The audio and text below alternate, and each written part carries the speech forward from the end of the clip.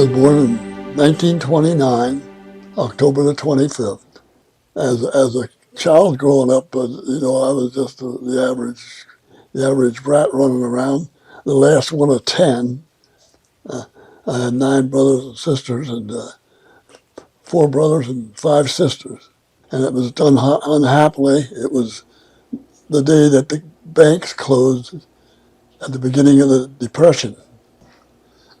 I don't remember much about the Depression except when I was, say, past 6 or 7. And then there was a lot of talk about the election, President Roosevelt, Franklin Delano Roosevelt, and what he was going to do. And my oldest brother, when the Depression started, they had like WPA. He went away to a camp. They had camp for young men. But they went there and they cleared forest land, made parks, helped build the facilities of the parks. Sister Elizabeth, she got a job with Maple Press. Yeah, and she was a proofreader for Maple Press for years. And when they were old enough, usually they had jobs in sewing factories. That was a big thing then. It was a sewing factory on every corner. My father was very fortunate. He had 3 days work every week, which most people were lucky to have one. And on top of that, that gave him four days to work with his potato chip business, which we had a potato chip factory in our backyard, a building 120 by about 30 foot, and manufactured potato chips, Ziegler's potato chips, until about 1936, when he found that he'd either have to make potato chips or keep a job. And my mother insisted that he get out of the potato chip business, which was a very bad mistake. One thing about the Depression, and well, it wasn't just a Depression.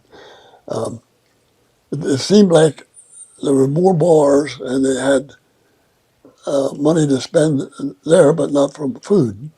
But that's kind of funny, isn't it? But anyhow, my mother would not allow me to put the potato chips in the bars, and that was a fatal mistake for the sale of potato chips. One of my younger sisters, Lillian, she was 14, and she vividly remembers working in the chip factory whenever she had spare time, because some of them were in school yet, and some of them were getting teenage years, and but she gave me a lot of the information about the chip factory. But yeah, just about all of them worked and did something in the chip shop. Well, I was pretty small. When I was, I'd say, close to 5 or 6, I used to put the potatoes in the peeler. They had an electric peeler that I used to put the potatoes in. And then when I saw that they were all peeled and they would look good, I'd open the little shutter and it roll out into a big dishpan of water. And, mostly stuff like that, clean up, pick up, stuff like that, because I wasn't capable of doing a lot of the other stuff. And then my sisters, and they did most of the bagging, and any of the heavy work to be done would be my brothers would be doing it. My dog was a stray. I picked him up out of the alley. I have no idea how old he was. He was very young. After I had been gone for a while, she saw he was loose and went down to get him, to hook him up.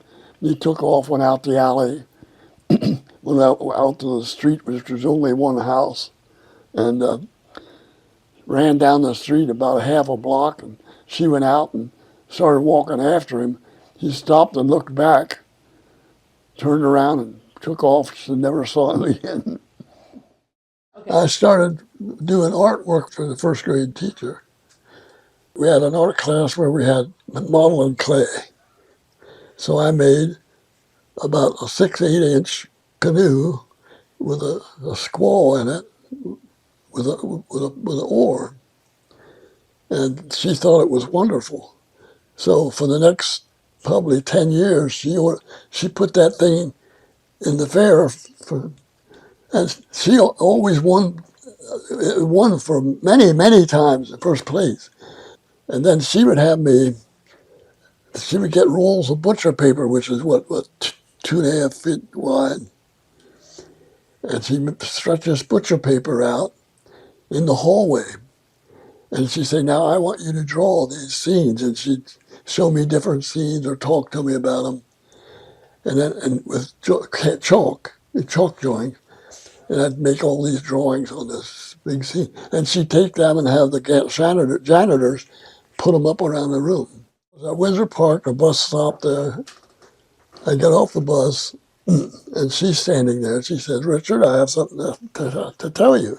I made up my mind. She said, "If you promise me that you will go to college and take up art, I'll pay your way through college." They had a boxcar race, and you had to build your own car. So I told my dad, but Alan, he wanted to get in it too. He was on the borderline for age. So he went ahead and built these things. Built them two, they were both different. They were different from the other. And we kept telling him, "Dad, we're supposed to build them ourselves." And I said, "We can't, if you're going to win anything except a go-kart race, you can't have those wheels. You got to have good, big rubber wheels. If you weren't going to spend the money for that, well, it wasn't there to spend." I had been sick, and she told my mother to get in touch with the doctor or take him to the doctor. And they didn't do it. And when she came home, I was in really bad trouble, breathing. And she said, "You are taking him to the hospital right now." So she bundled me up and told my dad, "Come on, we're going." She took me to the hospital. I don't know how long I was in, probably 5 or so days, I guess. Yeah, I had pneumonia. That's what Elizabeth said it was all along, and they wouldn't believe her. Yeah, I would have been home alone while she went somewhere for a telephone when there wasn't any in Windsor Park. So she said, "Well, we're going to fix that." So she called the phone company and had them put a phone in. First phone in Windsor Park. The black phone with the round base and the tall stick stand with the microphones on the top, and then the receiver, the hearing part, you took off the hook and put it up to your ear, and then but you weren't allowed to do it unless it was right at your ring. So there was like one ring, two rings, three, four. It was probably up to about six. The whole neighborhood, they could use a phone. They came to our house. When they bought the house, they did not have electricity. They had gas lights. The gas lights were still, gas fixtures were still in the wall when I was a kid. Because as they remodeled the rooms and stuff, my dad took them pipes out of the wall. We had a two-seater outhouse. Thank goodness for Sears and Roebuck's, we had toilet paper. He dug the hole, built the septic tank, drilled the hole for the excess water, and ran all the pipes, and then he didn't do it. He had somebody build that piece onto the house, took the balcony away and made a bathroom out of it. As long as I was alive, she had a wash machine. Now, in the very, very early years, I vaguely, in very small child's memory, remember she had a gasoline-powered wash machine. Some had a three-tier wringer at the top, but you had to crank it by hand, crank her clothing through. And then when they got the electric ones, my mother broke her arm twice in the wash machine. Got it caught in clothing, took it in the wash machine rollers, and broke her arm. Well, trolley at one time was the only mechanical transportation besides horses. They still had horses then, horse and wagons. The garbage was hauled by a horse and wagon. The mail came by horse and wagon. The bread, the milk, the vegetable wagons would come around. We didn't have big stores and malls and so forth. They had these. Some of them had really big wagons, vegetable wagons. Very good selection of food. It would come around twice a week sometimes.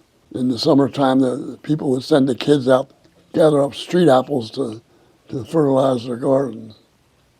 I remember riding the trolley with my mother. We went to Hanover on a regular basis to see my grandmother. And that's a pretty good ride from York. It was an enjoyable ride. As a matter of fact, it was good scenery, farmland. My father always took us on a Sunday ride. I always enjoyed that. I enjoyed it because I like to see the scenery and know where we're going. I like to see the stuff. Mom and Dad took us somewhere every weekend. When I was little, we went down to Longwood. It was just built then. It was very new, very new. Big fountain, lights and stuff, and the organ playing. And matter of fact, I was there maybe 3 times with them as a kid because they liked it. They liked it. And sometimes we'd go up in the mountain, go for a ride up in the mountain. Down along the river was a favorite place. We'd down along the river, take a ride down along the river. We had relatives in Baltimore. We often went to Baltimore. We went to Druid Hill Park. We always had picnics when we were down there. A lot of picnic tables and stuff like that. And my one aunt lived about a block away from it, so it made it nice. My uncle had a gas station in Baltimore during Depression years. He had that till a long time after that. Well, it was in the mid-30s somewhere. My dad got a new car. It wasn't a new car, like everybody else got a used car.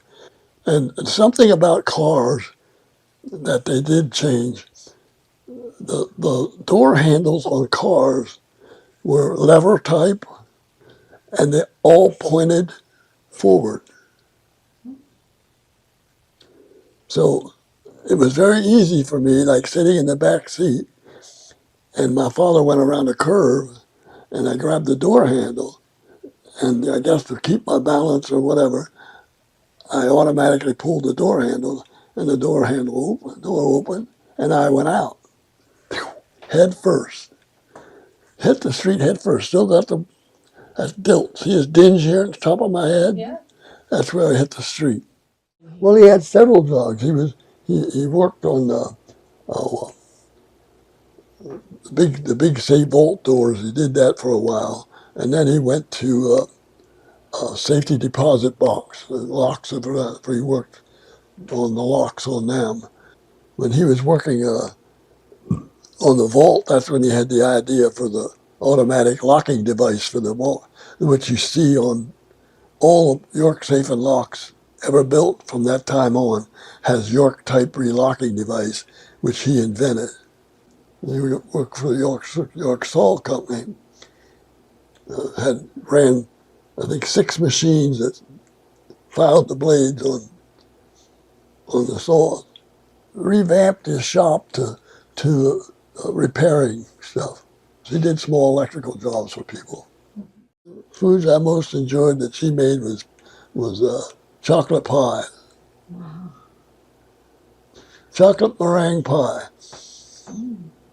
And my brother liked lemon. When they made sauerkraut, because we had about 4 or 5 of the big, I guess, 10-gallon crocks. And we slept on the 3rd floor, and in the summer, the 3rd floor used to get very warm. Even you open the windows, it didn't matter. It was right under the sun. Right.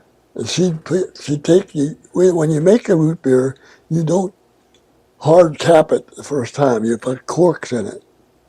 And she'd take the bottles and she'd take them on the 3rd floor, all corked up. And then we'd be sitting downstairs and you'd hear these things go boop, boop. Time to cap the root beer. We'd go up and we'd be popping corks all over the place. We had a big ice cream maker. Wow, that is a big ice cream maker. Yeah, I think it was a 3 gallon, I think. The Well, you had a big, big family, I guess. yeah. The two men and a boy to wind that thing. No, it really, really. I was pretty small, and all the other ones wore them out too. They wore me out. My first job was carrying newspapers. I guess I was about 10 or 11. There was a family over on York Street, which was in the city, and they would drop them off on their porch. And they were kind enough to put them on the porch to keep them out of the rain. So every day I'd go over there and I'd open them up, sort them out to different areas they would go to and put them in little bundles. And then I used to have a big bag I carried. Had two big bags of one newspapers. It got pretty heavy. And then when I got my brother's bicycle, it made it a lot easier. My next job was a soda jerk at Melvin's Drive-In on East Market Street.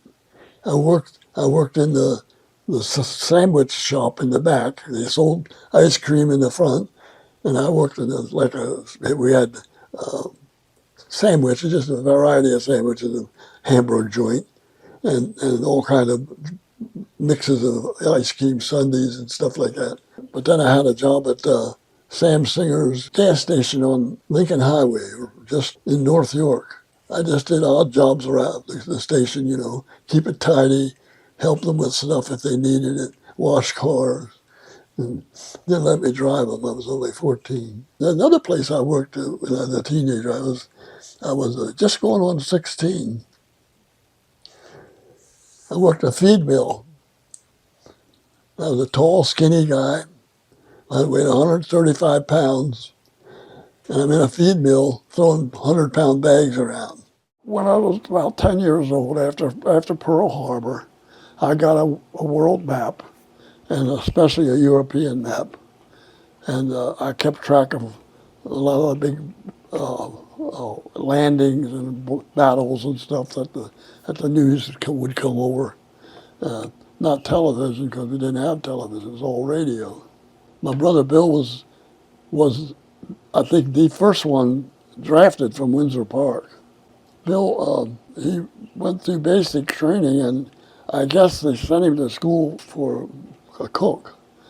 But he got into baking. He became a baker in the army. He met Doris over there, his wife. After he got out of the Rangers, he went. I think I'm not sure, but I think he was put into the tank destroyer outfit, which was nothing more than like a body of a tank with a big gun on it and no armor.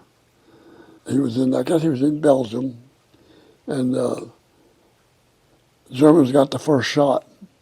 They shot, and they had two tanks. He was in the second tank destroyer. They hit them both, and knocked them out. And I think he said there was three or four guys in there. I think only two of them got out, him and another guy. And they sent him to Wales over in England to recuperate. And Doris and Bill were married then and even had children.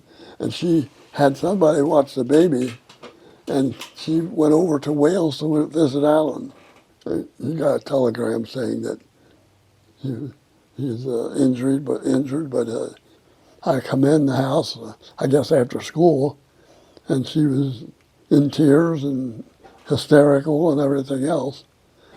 And I think Evelyn was there with her. She came up, and of course she told me what happened. And we just hoped it and prayed that it would be all right. And it was. I don't know when she moved there, but she moved there. She was 10 years old, and she had to leave all of her friends in North York. So she was sitting on the front porch crying. So I went over and sat down with her and talked to her. And she told me why she was crying. And I said, well, you'll make friends here. There's plenty of kids in this neighborhood. You'll have no problem at all. You'll be right here next to the church. You'll become the church. You'll meet everybody there. It didn't get serious until Right before I went in the Navy, then we got a little more serious. I had Roy Ansmenger and Paul Raffensperger. He was a year ahead of me, 2 years ahead of me. But we had been friends all through childhood. You know, we played together. There was an old cemetery that was an unused cemetery across the street from my house, and had some very, very old trees in it, big trees. So one of them, we built a little house in the tree, a tree house. We built it on some of the things that my elder brother, Bill, had started.